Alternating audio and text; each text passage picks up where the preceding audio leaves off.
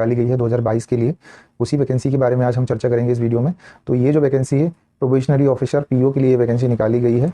तो इस वैकेंसी की जो यहाँ पर फ्रंट में ही डेट बताई गई है कि 22 सितंबर से 12 अक्टूबर तक आप इसको यहाँ पर अप्लाई कर सकते हैं। और इससे संबंधित ये जो ऑफिशियल पीडीएफ है उसको हमने यहाँ पर खोल के रखा है, तो कुछ यहाँ पर लिंक भी अवेलेबल दी गई है सारी चीज़ों की जानकारी आपको देखने के लिए। और यहाँ पर इस तरफ में देखिए अप्लाई ऑनलाइन का जो है पीडीएफ में ही जो है बटन दिया गया है। तो इस बटन पर क्लिक करके आप सीधे जो है अपना जो फॉर्म है अगर आप भरना चाहते हैं तो यहाँ से आपको लिंक मिल जाएगा डायरेक्ट फॉर्म को अप्लाई करने का, तो यहाँ से आप इसको सीधे भर सकते हैं।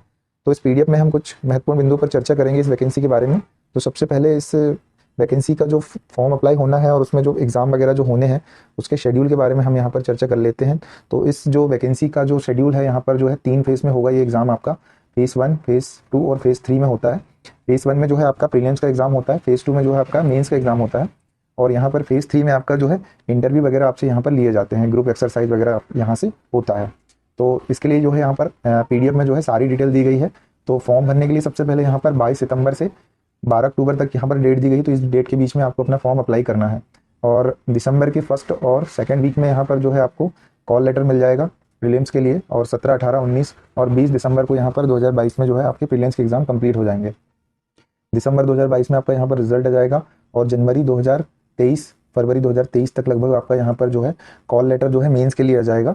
और मेंस के जो एग्ज़ाम है वो फरवरी 2023 में यहाँ पर कंडक्ट करा लिए जाएंगे, और फरवरी 2023 में नेक्स्ट मंथ ही आपका जो है मेंस का रिजल्ट घोषित हो जाएगा। और फरवरी के लगभग लास्ट वीक में जो है यहाँ पर जो है फेज़ 3 के लिए जो आपका इंटरव्यू के लिए है 2023 में, यहाँ पर जो है इंटरव्यू का लेटर भी आपको जारी कर दिया जाएगा। और लगभग यहाँ पर बताया गया है कि फरवरी और मार्च में जो है आपके फेज़ 3 के जो इंटरव्यू है आपका वो यहाँ पर कंप्लीट हो जाएगा, और मार्च के एंड में लगभग आपको जो है 2023 में जो है आपका जो इंटरव्यू है उसका रिजल्ट भी आपको यहाँ पर मिल जाएगा। और साथ में यहाँ पर जो ST/SC के कैंडिडेट रहते हैं उनको यहाँ पर ट्रेनिंग के लिए, प्री ट्रेनिंग के लिए यहाँ पर जो है सुविधा रहती है। अगर आप ST/SC के कैंडिडेट हैं तो यहाँ पर प्री ट्रेनिंग कर सकते हैं। अगर पहली बार एग्जाम दे रहे हैं आप SBI का, तो यहाँ पर ये नवंबर में जो है इसके एडमिट कार्ड अलग से आपको मिलेंगे, और नवंबर दिसंबर में यहाँ पर जो है आपको प्री ट्रेनिंग करा दी जाएगी कि आपको कैसे एग्जाम देना है। उसके बाद पर हम बात करें यहाँ पर कितनी पोस्ट के लिए निकाली गई है, तो टोटल 1673 पोस्ट के लिए यहाँ पर ये जो वैकेंसी निकाली गई, जिनमें जो है ST/SC, OBC, EWS और जनरल कैटेगरी के लिए यहाँ पर जो है पोस्टें बांट दी गई है, जिसमें दो वैकेंसी निकाली गई है, एक रेगुलर वैकेंसी और एक बैकलॉग वैकेंसी। तो इस पीडीएफ में जो है आपको जो है अपनी कैटेगरी के हिसाब से जो भी आपको यहाँ पर जानकारी देखना है पूरा डिटेल में दिया गया है, तो यहाँ से आप देख सकते हो। और ये जो है यहाँ पर आपको अपने कैटेगरी का फुल फॉर्म भी देखने को मिल जाएगा। यहाँ पर आप अगर डिसेबल हैं या फिर विकलांग वगैरह है तो उसके लिए भी यहाँ पर डिटेल में जो है जानकारी दी गई है पीडीएफ में। उसके बाद एलिजिबिलिटी की बात करें, पात्रता की बात करें कि आप कौन कौन लोग इसको भर सकते हैं, तो आपका अगर ग्रेजुएशन कंप्लीट है या अगर ग्रेजुएशन आपका हो चुका है किसी भी स्ट्रीम से, भारत के मान्यता प्राप्त यूनिवर्सिटी से, तो यहाँ पर आप जो है इसको अप्लाई कर सकते हैं। तो इसके लिए आपका जो है ग्रेजुएट होना कंपलसरी है। आप इंजीनियरिंग से, मेडिकल से या टेक्निकल, नॉन टेक्निकल किसी से भी आप यहाँ पर ग्रेजुएशन कंप्लीट करके जो है इस फॉर्म को अप्लाई कर सकते हैं। आगे कुछ पॉइंट के लिए यहाँ पर आगे बढ़ते हैं हम।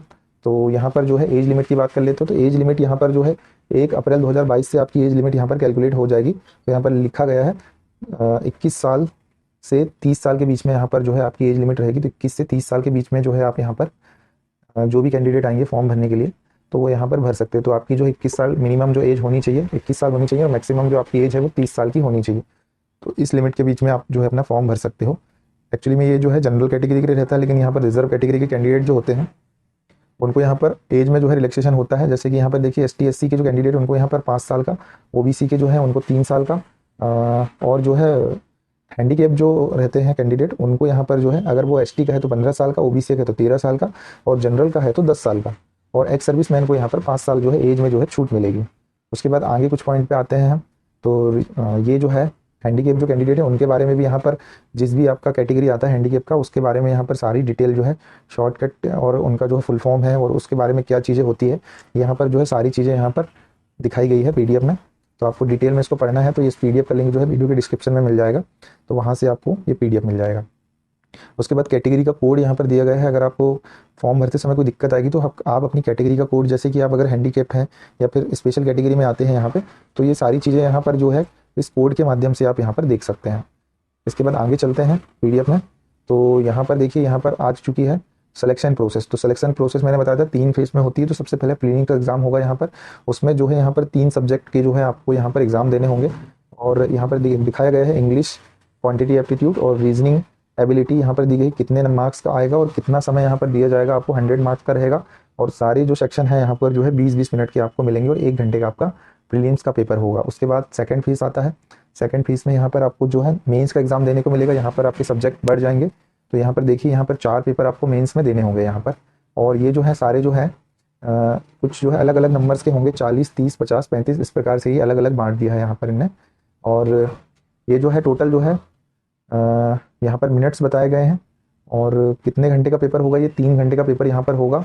और ये जो है 200 मार्क्स का ये जो है आपका एग्ज़ाम यहाँ पर होगा। और यहाँ पर जो है इंग्लिश लैंग्वेज में लेटर राइटिंग और ऐसे यहाँ पर अलग से आपको देना है मेंस में, तो इंग्लिश में दिया जाएगा और इसके लिए 30 मिनट आपको यहाँ पर मिलेंगे। चलिए, उसके बाद अब आगे स्टेप पे जाते हैं। तो यहाँ पर जो है फेज़ 3 आ जाता है। तो फेज़ 3 है ना, यहाँ पर देखिए, यहाँ पर ग्रुप एक्सरसाइज और इंटरव्यू आपको यहाँ पर मार्क्स दिए हुए हैं। 20 नंबर का आपका ग्रुप एक्सरसाइज होगा और इंटरव्यू जो है यहाँ पर 30 नंबर का होगा। तो टोटल 50 नंबर का ये होगा। अगर आपका मेंस निकल जाता है तो आपको इसके बाद ये क्लियर करना होगा। चलिए, उसके बाद आप यहाँ पे बताया है फाइनल सिलेक्शन। फाइनल सिलेक्शन के लिए आपको यहाँ पर इस प्रकार से आपके मार्क्स दिखाए जाएंगे। तो मैक्सिमम मार्क्स और नॉर्मलाइजेशन होगा यहाँ पर उनका, और ग्रुप एक्सरसाइज और इंटरव्यू के मार्क्स आप यहाँ पर आपको दिखाए जाएंगे। तो इसके हिसाब से, सारे मार्क्स के हिसाब से आपका जो है यहाँ पर फाइनल सिलेक्शन किया जाएगा। चलिए, उसके बाद जो है यहाँ पर बताया गया है कि आपका जो है रिजल्ट जो है पब्लिश कर दिया जाएगा वेबसाइट पर। उसके बाद और भी चीज़ें देख लेते हैं। यहाँ पर बहुत सारी चीज़ों के बारे में यहाँ पर जानकारी दी गई है। ज्वाइनिंग, ट्रेनिंग और कैरियर पाथ को लेकर आपको यहाँ पर सारी चीज़ें बताई गई है। हम कुछ महत्वपूर्ण पॉइंट पर आते हैं। तो सबसे पहले हम इस एप्लीकेशन फॉर्म की फ़ीस के बारे में बात करेंगे। तो फीस जो है यहाँ पर जो है नॉन रिफंडेबल होगी, किसी भी प्रकार से आपको फीस यहाँ पर वापस नहीं मिलेगी। तो सबसे पहले यहाँ बताया गया है जनरल, EWS और OBC के कैंडिडेट के लिए यहाँ पर 750 रुपये आपको फीस यहाँ पर पे करनी पड़ेगी। और साथ में ST और SC के कैंडिडेट उनको यहाँ पर कोई फीस नहीं लगेगी, नील बताया गया है यहाँ पर। यहाँ पर जो है इस प्रकार से आपको अपनी फ़ीस यहाँ पर देनी है। उसके बाद यहाँ पर बताया गया है कि कितने बार आपको यहाँ पर अटैम्प्ट देने को मिल सकते हैं इस एग्ज़ाम के लिए। तो सबसे पहले यहाँ पर जनरल के लिए यहाँ पर 4 अटैम्प्ट मिलते हैं। जनरल के हैंडीकैप कैंडिडेट के लिए यहाँ पर 7 अटैम्प्ट मिलते हैं। OBC वालों के लिए यहाँ पर 7, OBC के जो हैंडीकैप कैंडिडेट हैं उनको भी यहाँ पर 7 अटैम्प्ट मिलते हैं। और ST SC और हैंडीकैप ST SC के जो कैंडिडेट आते हैं उनको यहाँ पर कोई भी लिमिट नहीं है, वो जितनी बार चाहे उतनी बार यहाँ पर एज लिमिट अपनी ख़त्म होते तक यहाँ पर जो है वो अपना फॉर्म भरवा सकते हैं। चलिए, उसके बाद कैसे अप्लाई करना है तो उन्होंने बता दिया है यहाँ पर कि ये जो फॉर्म है पूरी तरीके से जो ऑनलाइन है और 22 सितंबर से 12 अक्टूबर तक यहाँ पर आप इसको अप्लाई कर सकते हैं। चलिए, उसके बाद अप्लाई करने के लिए यहाँ पर बहुत सारी गाइडलाइनें दी गई हैं और बहुत सारी लिंक दी गई है PDF में, तो यहाँ से आप इसको अप्लाई कर सकते हैं। चलिए, कुछ और चीज़ें देख लेते हैं इसमें आगे। इस PDF में बताया गया है कि आपको उसके बाद जो है एडमिट कार्ड डाउनलोड कैसे करना है। यहाँ पर ये जो है डाउनलोड करने के लिए जो है इसके लिए भी यहाँ से लिंक दी जाएगी। उसके बाद और एग्ज़ाम सेंटर में यहाँ पर बताया गया है 14वें नंबर पॉइंट पे कि आपको एग्ज़ाम सेंटर में जो है वहाँ पे आपको जो है अपना बायोमेट्रिक वेरिफिकेशन करवाना होगा। तो उसके लिए आपको जो है अपना आधार वहाँ पर लेकर जाना होगा। तो आधार के माध्यम से ही वहाँ पर जो है आपको आइडेंटिफाई किया जाएगा। उसके बाद इस PDF में हम आगे बढ़ जाते हैं। कुछ जनरल इन्फॉर्मेशन दी हुई है यहाँ पर, तो इसको भी आपको पढ़ लेना है PDF में। अगर कुछ चीज़ें छूट जाएगी तो बाद में हमको क्या है दिक्कत आएगी यहाँ पर। उसके बाद नीचे भी यहाँ पर देखिए अप्लाई करने के लिए यहाँ पर बटन दिया है, तो इस बटन के माध्यम से भी हम इस फॉर्म को अप्लाई कर सकते हैं। अगले PDF में अगले पेज में बढ़ते हैं। तो यहाँ पर देखिए एग्ज़ाम सेंटर आ जाता है। तो एग्ज़ाम सेंटर जो है ऑल ओवर इंडिया में यहाँ पर दिए गए हैं। तो स्टेट वाइज यहाँ पर बांट दिया है। और सबसे पहले यहाँ पर देखिए स्टेट दिया हुआ है। उसके बाद इस स्टेट में जो है कौन कौन से जो है एग्ज़ाम सेंटर होंगे और मेंस के लिए वहाँ पर क्या क्या एग्ज़ाम सेंटर होंगे वो भी बताया गया है। वैसे ही सारे स्टेटों के लिए, तो आप जिस भी स्टेट से बिलोंग करते हो तो यहाँ पर अपने देख सकते हैं सुविधा के अनुसार जो भी आपको आने जाने के लिए पास में पड़ता हो तो वो आप ऐसा एग्ज़ाम सेंटर यहाँ पर ले सकते हैं मेंस के लिए। यहाँ पर प्री के लिए आपको ज़्यादा सेंटर मिलेंगे, पर मेंस के लिए यहाँ पर सेंटर कुछ कम हो जाते हैं। तो आपको ध्यान रखना है कि आप इस प्रकार से कहाँ आपका एग्ज़ाम सेंटर आपको आसानी से मिल जाए और आप आसानी से एग्ज़ाम देने वहाँ पर चले जाएँ। उसके बाद जो है यहाँ पर जो कुछ गाइडलाइन दिए हैं आपके डॉक्यूमेंट्स अपलोड के लिए, फोटोग्राफ, सिग्नेचर और आपकी हैंड राइटिंग और थंब इंप्रेशन को लेकर यहाँ पर। तो सबसे पहले आपको ध्यान देना है कि यहाँ पर आपको एक स्टेटमेंट दिया हुआ है यहाँ पर। तो इस स्टेटमेंट को आपको कोरे कागज़ पर लिखना है और उसके बाद जो है इसको स्कैन करके वहाँ पर फॉर्म में अपने अपलोड करना है। यहाँ पर ये जो स्टेटमेंट दिया है इसकी जगह अपना नाम लिखना है आपको, साथ में आपको अपना लेफ्ट हैंड का थंब इंप्रेशन यहाँ पर देना है।